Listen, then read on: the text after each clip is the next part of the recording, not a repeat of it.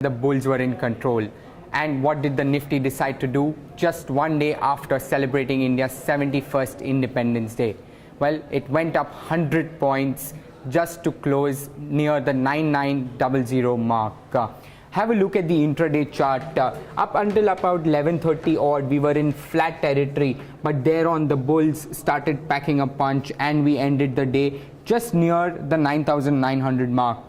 The same case was seen in the Nifty Bank as well, which closed the day higher by about more than 300 points.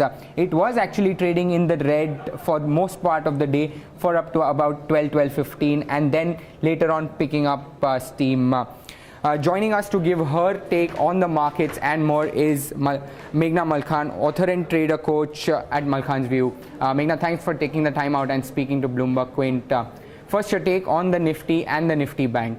Which index would you prefer? Well, when you look at the charts technically in the higher time frame, the Bank Nifty does look strong because it's the momentum is strong. The volumes have been robust throughout, so that's on the Bank Nifty.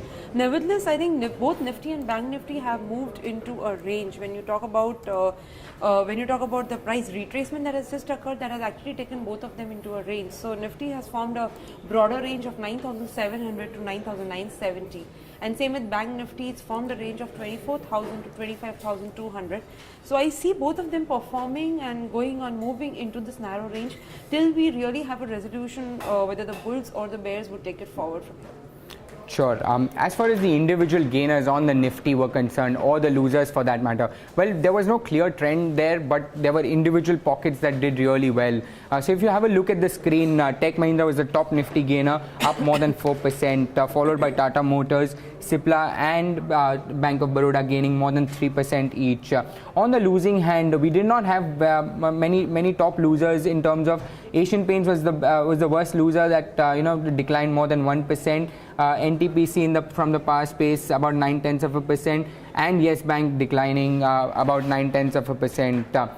Any of the Tata Group stocks that you like on the charts, because most of them had seen good uptrends today? Yes, in fact, Tata, when you talk about Tata Group, particularly, when you talk about broader sectors, I do like metals. So selecting a Tata Group stock from the metal, I think Tata Steel is really good.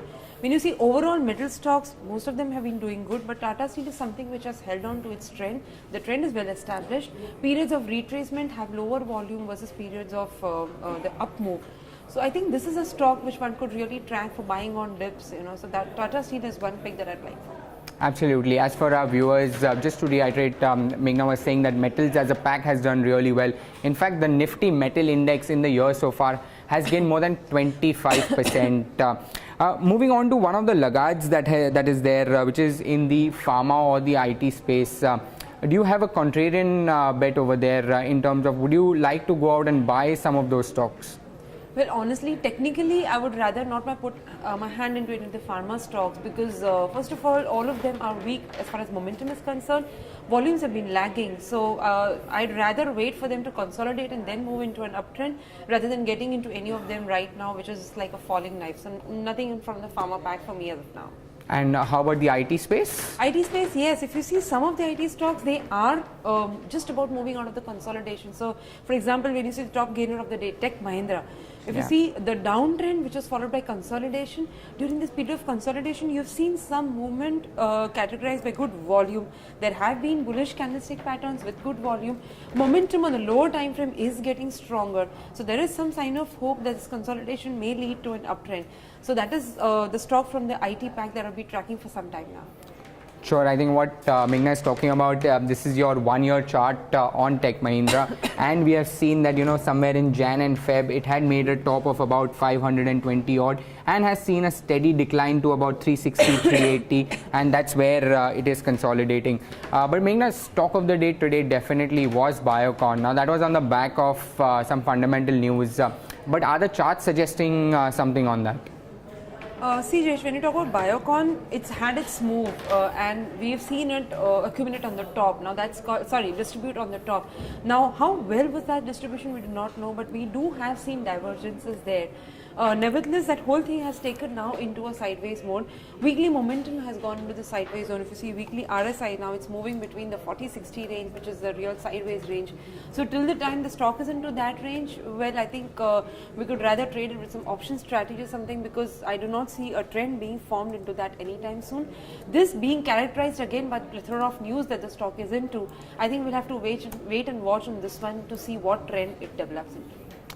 Meena, one of the most active spaces today was the Nifty PSU Bank index, gained about 2% odd for the day. But if you have a look at the 1 month performance of the Nifty PSU index, well, it's down more than 4.5%, and individual stocks have really taken a beating. So you have the likes of OBC declining 17%, Syndicate Bank about 16.5%, followed by Union Bank of India and Bank of Baroda, all losing more than 10% each on these counters.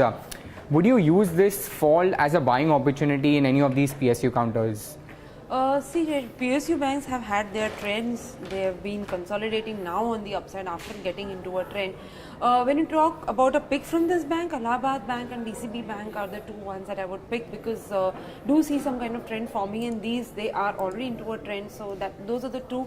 The rest, I believe, would take some time to get consolidated and then move into a trend. So these are the two that I would stick to as of now.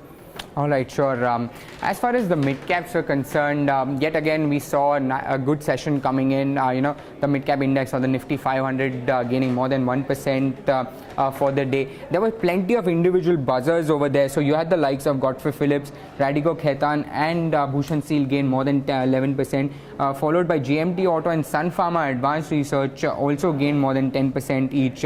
As far as the losers were concerned, the regular suspects, Religare Enterprises down more than 15%, Biocon we spoke about extensively, down about 6 odd %, and Reliance Communication declined about 3 odd %. Meghna, the cigarette stocks saw a lot of traction today, so be it a VST Industries or Godfrey Phillips or ITC. What's the best chart according to you on that? I think from all these, ITC would be something which is better from what we just spoke, from the names that we just spoke. That stock is it is at a good support, and that is where I do see good volumes coming into, so that is one that I would pick from this one. Sure. One last question from my end. Jubilant Foodworks, many people talk about the fundamentals being too rich. And today morning, CLSA has come out with a note which gives a target price of about 1900 on the stock. Does the chart think likewise, or do you have a different opinion? No, the chart does look good. In fact, what's been happening in Jubilant Foodworks is the stock has been moving out of a pattern on the weekly chart. I do see good targets. The target according to this pattern comes to 1750, according to good volume. But this is a kind of stock which really does not work on its own. It would require market support. So as long as we remain into broader consolidation, yes, we do have chances of the target being achieved.